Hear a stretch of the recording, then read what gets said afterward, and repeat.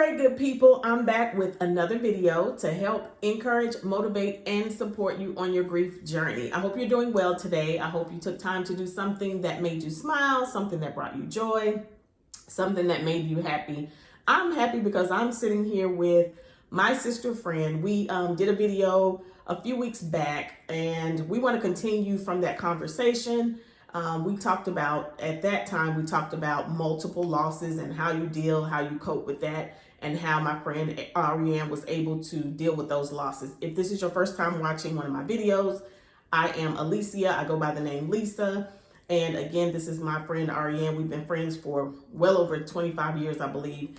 And so we've been through a lot of things together, and that includes losses on both sides. So she knows my family, I know her family. So when she experiences loss, I feel those losses. When I experience loss, she feels those. So one of I would say the most traumatic for her, and I'll let her speak on that, would have been the loss of her son, Azariah. She's repping the shirt today. We lost him in 2019. And so we talked about that in the last video and ways to cope. She talked about how God is a huge part of that and how he was able to get her through mentally, emotionally, and physically. And so we're going to continue that video, but we want to talk today about some triggers. Although we have that spiritual backing, we love God, he is our ultimate person to go to for peace. We have the human side of us, and the human side sometimes can have triggers that will, of course, cause us to remember the losses, and they can cause some different influxes of emotions. And so we want to talk about that today. So she and I were having a conversation about a recent trigger through a song. And so I want her to share a little bit about that, and then we're going to kind of bounce off of each other when it comes to that. And you may have gone through this where you have triggers from different things. So I'm going to pass the mic, so to speak, over to her, and we're going to talk about triggers. What type of trigger has most recently affected you? Recently we were in service. The service was about to start, and they were warming up with the praise and worship, and they began to play a song. That was a song when we just had get back to the house. Everyone was just, my pastor was there. Shout out House from when? So we're gonna give a little bit of a background. When she says the house, this is right after Azariah had just gotten in the car accident, and we were all at her house. And so we were just sitting around, just really trying to process what had just happened. And so then I'll let you take it from there, just for context. Right. So we got in the living room area, and no one is saying anything. There is nothing really you can say when that tragedy hits like that. It's just straight. It was just silence. We were just in there together, and my pastor was there, Bishop Reg. And so we were sitting on the couch, and then my son gets up, my oldest son, and he puts on the YouTube on the TV, and all of a sudden Miranda Curtis song came on, We're Under Open Heaven. At the time, it just played. But from then on, if I heard the song in anybody's car, I would always say, turn that song, turn that song. It just brought back that day. Mm-hmm. It just brought back that feeling. It just brought back that moment. And so recently, I was preparing for service, and they were warming up with the praise and worship, and the song began to play, and I was like, oh my God, do they have to sing that song today? So tears just started flowing out my eyes. It's just my natural response to the song. And I had to get one of my elders, and I was like, why do they have to sing that song today? He was like, what does the song make you think? What does the song make you feel like?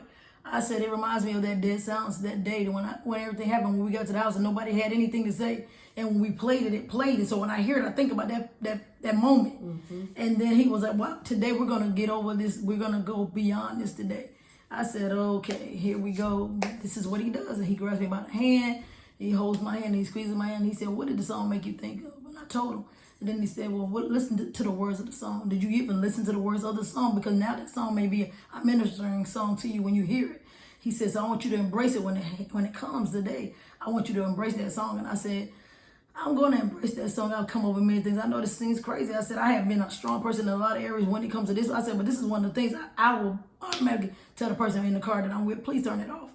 And so the song played. I was beside my brother at church, and I was like, look, the song started playing. I said, I don't know what might happen right now. But when the song began to play, I began to embrace the words on the song and how we are under open heaven. And then it said, there is peace in the river. There's joy in the river. The name of my church is the river. And so I began to embrace it, and I began to feel the same presence of God that I felt before and that I feel when I do worship the Lord. I began to feel it. I went into my praise. I went into my worship, and I said, there's healing in the river. There's peace in the river. Mm-hmm. And I began to be like, okay, God. And I felt the presence of the Lord, and I pushed through it. So, hey, I don't know if it'll happen again, I hear the song again, but I know that yesterday I felt like I had breakthrough. That's good. So do you see how one moment of a trigger that could really be a negative emotion or reaction, she had that support there, and somebody gave her a different perspective. So they're like, okay, we know that this is normally a trigger for you. And they didn't force her, but it's just like, well, give me your hand and let's just listen to the words. That doesn't always happen. You may not always have that support there, but that was just a great moment where someone was able to show her a different way, and she was able to embrace that. And then the song actually helped in that moment. And I've been like places where it may not have been a song that was played when my mom passed away, but sometimes the tune or the melody sometimes can ring a sadness, and it can literally depress you. I had a song that my daughter used to listen to that was a nursery rhyme. The tune in the nursery rhyme used to make me sad. So I remember she used to listen to it while my mom was going through the sickness. So for some reason, after she passed away, when I would hear that song, I was like, I didn't want to hear it. I would turn it off like she said. So it doesn't necessarily have to be certain words in the song. It can be the melody. Sometimes certain music can just kind of trigger certain things, and you may not know why. You may not have all the answers, but it's very important to, receive support from people who may be there to help you. But if you feel like it's not going to help you and they're forcing you, then that may be a time to back away and just say, give me a moment, let me see if this will help. Let me see if this will work for me. And sometimes in her circumstance, it worked. Thankfully, that worked. So, can you think of any other times or any other triggers that you've experienced that was maybe similar, or it could be totally different? Are there any places you can't go anymore that, Because the accident happened right after Thanksgiving, it was hard for me to go to my parents' house. Everybody wants to be at their parents' house for Thanksgiving. But it was right after Thanksgiving, that Sunday when he went out of town. And then Monday was the accident. So I couldn't go home for Thanksgiving. Just the thought of being around my family for Thanksgiving was just like too much for me. Mm-hmm. But as time progressed, and my mom has dementia at this time, I had to make myself say, okay, I'm going to be with my parents, because we know time is of essence and life is valuable. And I make myself go down. And it might feel a little sad in my soul when I'm there, but I have my mom here still. My dad and my mom are still here. My sisters are still there. And sometimes we even have to go our separate ways at the holiday. But just being with my mom and daddy during that time, it just gives me that extra joy, mm-hmm. And it brings that peace. But I was able to get past that. It took maybe the second year when I was able to go home during Thanksgiving. So now I look forward to it. See, that's good. So she knew that the first year or so she couldn't. And then it's also important to try to recognize how you feel in certain times. What may not have been good for you then doesn't mean that progressively you may not can start to do them, later on. My mom's favorite mall is in a town that I live in North Carolina. It was South Park Mall. She used to love to go to Nordstrom's. And at this time, I was compartmentalizing my mom's grief. I was just letting people know that I was okay. I was good. On the inside, I was not good, but I was just trying to keep moving. And so one day I needed to run into Nordstrom's, get something really quick and come out. I had not been to that mall since my mom passed away. Got out the car. When I got in the parking lot, I start feeling this weird feeling, but I'm just like, okay, my mom used to come here, so it was kind of weird. I literally got out of my car, got inside, and when I went in, it was almost like, the best way I can explain it was the Matrix It was just like the whole mall just started spinning. And it was like they were doing construction over here, and it just kind of looked weird. So I stood there feeling like I was about to have a panic attack. I had never had a panic attack before. So I didn't know if that's what was happening. And I'm like, okay, well, this must just be what people feel when they're about to have a panic attack. Yes. So I thought to myself, either I can stand here, pass out, and get drugged out of here, or I can collect myself and just go back out the door. And now it's just not the time that I can come to this mall. And I think it took me maybe a year or so before I could actually go back to that mall. But you have to recognize, like, sometimes what's your trigger. Don't force it all the time. Like, if you want to take steps to slowly move back into those things, definitely you have to do what's best for you. But I didn't want to pass out on the floor, just trying to say, well, I need to get this really quick because I just felt really weird. But again, that came from compartmentalizing, that came from triggers, that came from memories, different things. So it's important to kind of know your limits and not let people force you, or sometimes don't even force yourself to do things like that. So I want her to share a little bit about Azariah, as much as she feels comfortable doing. I want her to highlight some special things about him. It's really important when we lose people to keep their name alive, keep their memories alive. We want people to know who he was, who he is, how special he was and he is. So I want her to share with us some special things about Azariah. And then hopefully today you will, reflect on your special loved one, your special person, even if it's a pet. I don't minimize people's losses. So just kind of highlight those things and keep their memory at the forefront. So share some things with us about how special Azariah is.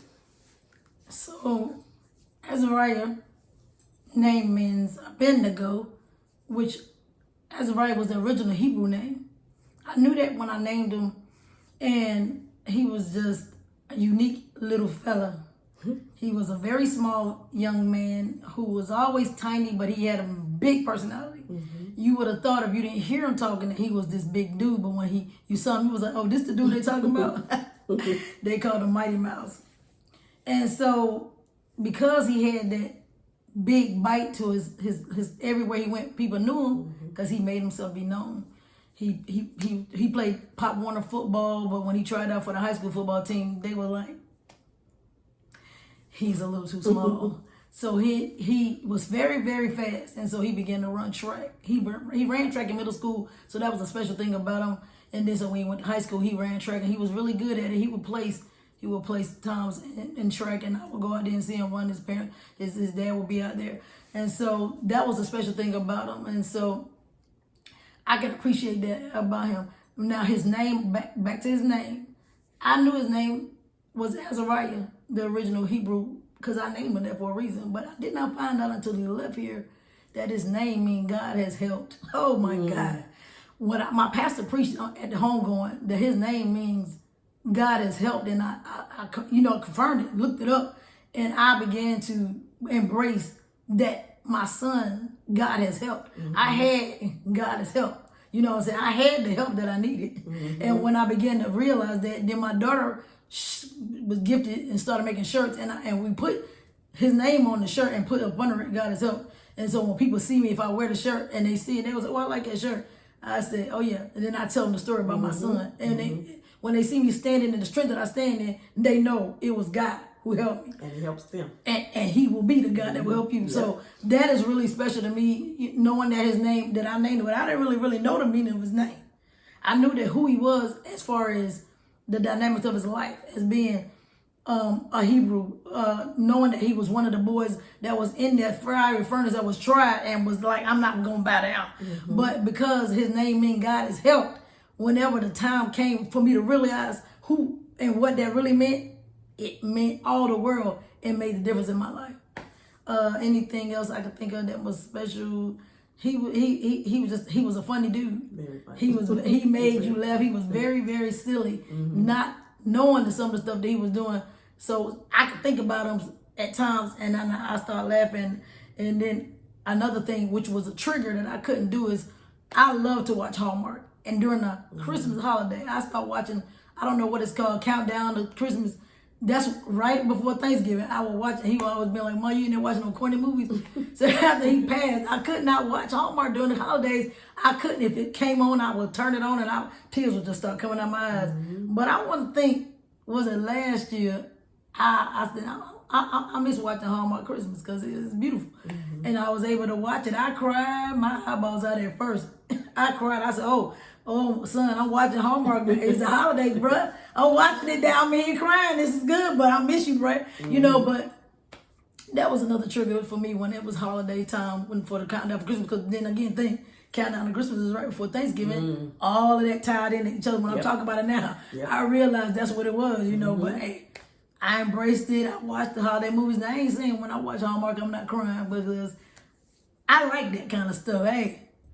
Let me watch it. Okay. You can cry through it if it takes that for you to get through, and then you can still move on and do what you like to do.